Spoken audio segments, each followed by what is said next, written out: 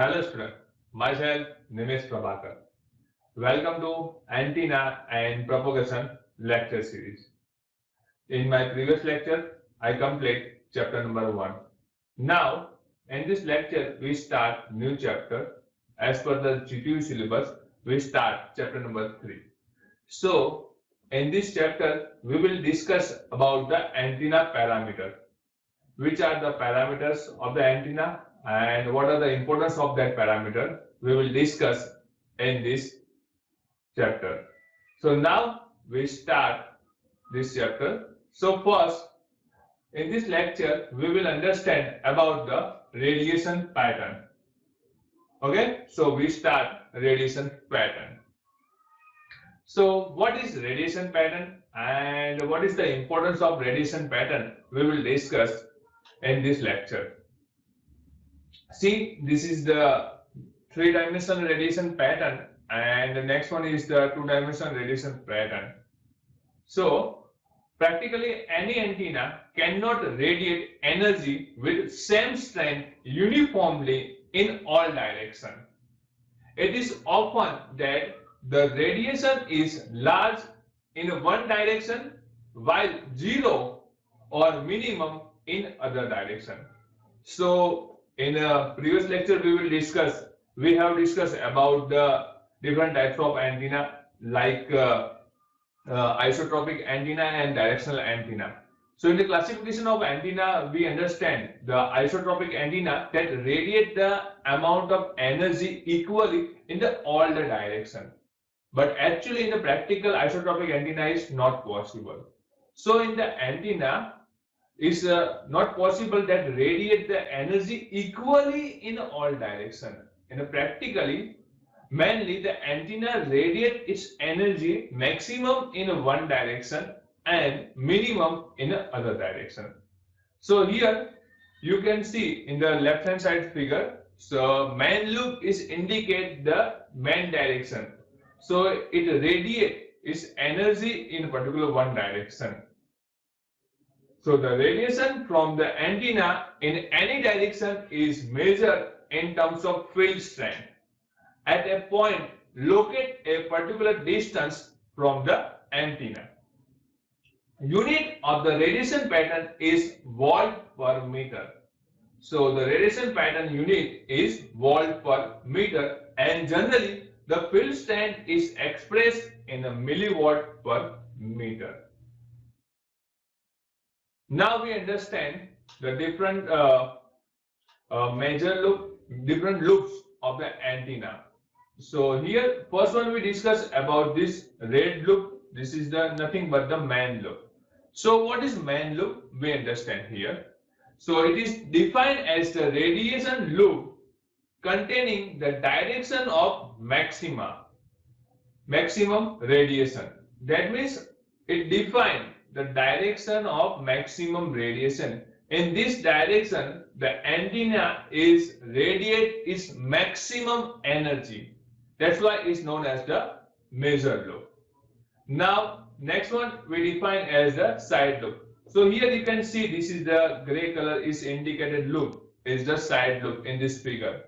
So it is the radiation loop in any direction other than intended loop. That means other than main loop is known as the side loop. So these are the side loops and the next one is the back loop.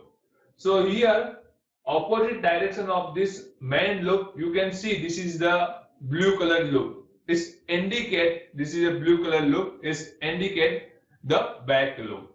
So the definition of the back loop is it is the radiation loop whose axis make an angle of approximately 180 degree with respect to the major beam. So here the 180 degree we understand exactly opposite direction.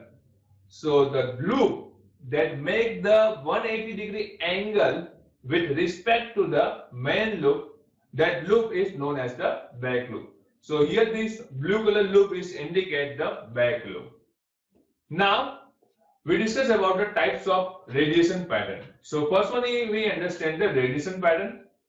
So if the radiation of antenna is represented graphically as a function of direction, then it is called as a radiation pattern.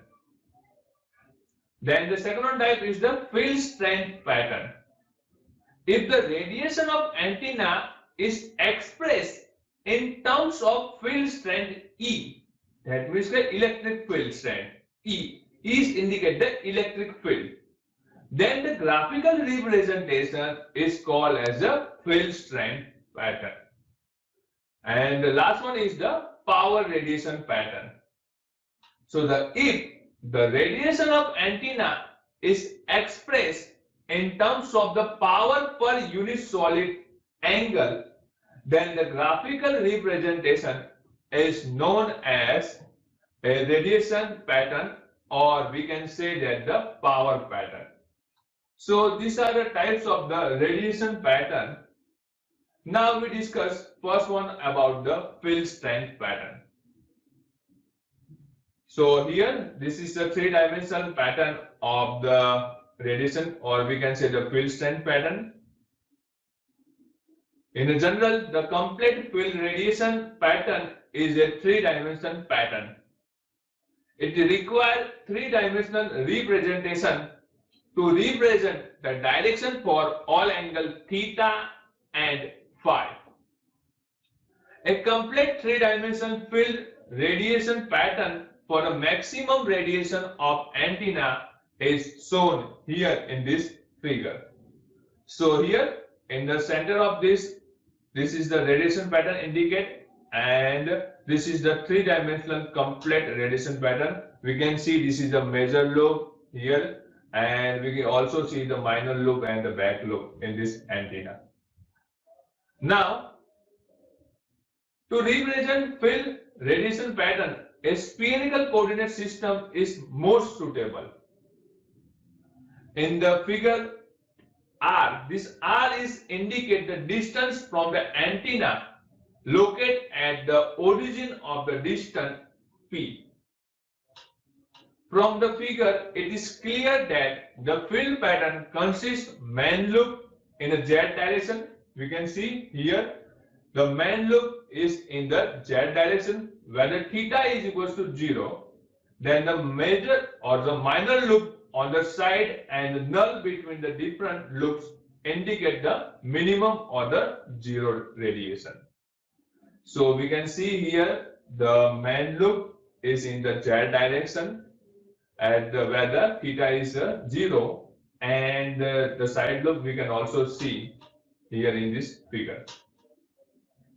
Now, this field radiation pattern can be described completely with respect to the field intensity and polarization using following three important factors. Which are that factors? So first one factor is the E theta phi. Here the theta component of the electric field as a function of the angle theta and phi. Now second one is the E phi theta phi. This is the phi component of the electric field as the function of theta and phi. And last one is the delta theta phi, or we can say delta phi theta phi is the phase angle of the both field component. So these are the main three component, or we can say the main three part that used to represent the complete field strength. In general, the field pattern is expressed mathematically in terms of the relative field pattern, which is commonly called normalized field pattern. The normalized field pattern is defined as the ratio of field component to the maximum value. So here E theta and theta phi, here the n in the subscript is indicate the normalized pattern. So E theta and theta phi is equals to E theta phi upon E theta phi at the maximum value. And we can also write in the phi term, E phi and theta phi is equals to E phi theta phi upon maximum value of the E phi theta phi. So this is the field strength. Now we define, so here we can see the radiation pattern in E plane and H plane. So here this is the omnidirectional antenna radiation pattern we can see in a particular E plane and H plane. E plane is when the magnitude of the normalized field strength is plotted versus with constant phi, the pattern is called E plane pattern or vertical pattern. In the other word, we can also say the vertical pattern. And same as H plane pattern is, we can say, when the normalized field strength is plotted versus phi for the theta is equals to pi by 2, the pattern is called H plane pattern or horizontal pattern. So this is the E plane pattern and H plane pattern. Now we discuss about the power radiation pattern. When the radiation in a given direction is expressed in terms of power per unit solid angle, the pattern is called power radiation pattern. So this is the definition of the power radiation pattern. Now we define a new term. This is the power density. So what is the power density? We understand here. The power density is defined as a P theta phi is defined as the power flow per unit area and is a function of direction theta and phi. So the power density is indicate the power flow per unit area.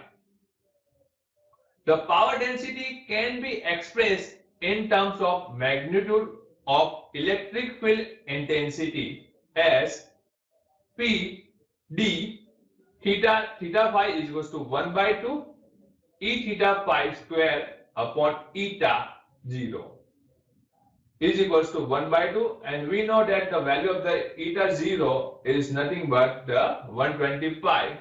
So we can get the equation for the power density as P d theta phi is equals to 1 by 2 E theta phi 125, and unit of the power density is the watt per meter square.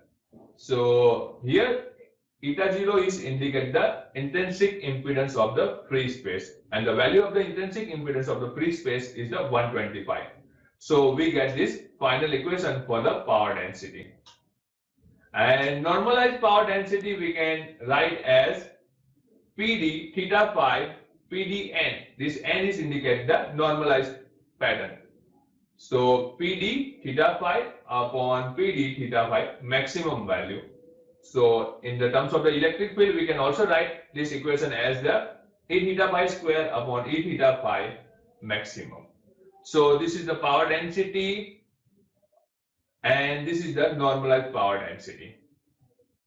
Now, so in this lecture, we discuss about the radiation pattern. Thank you.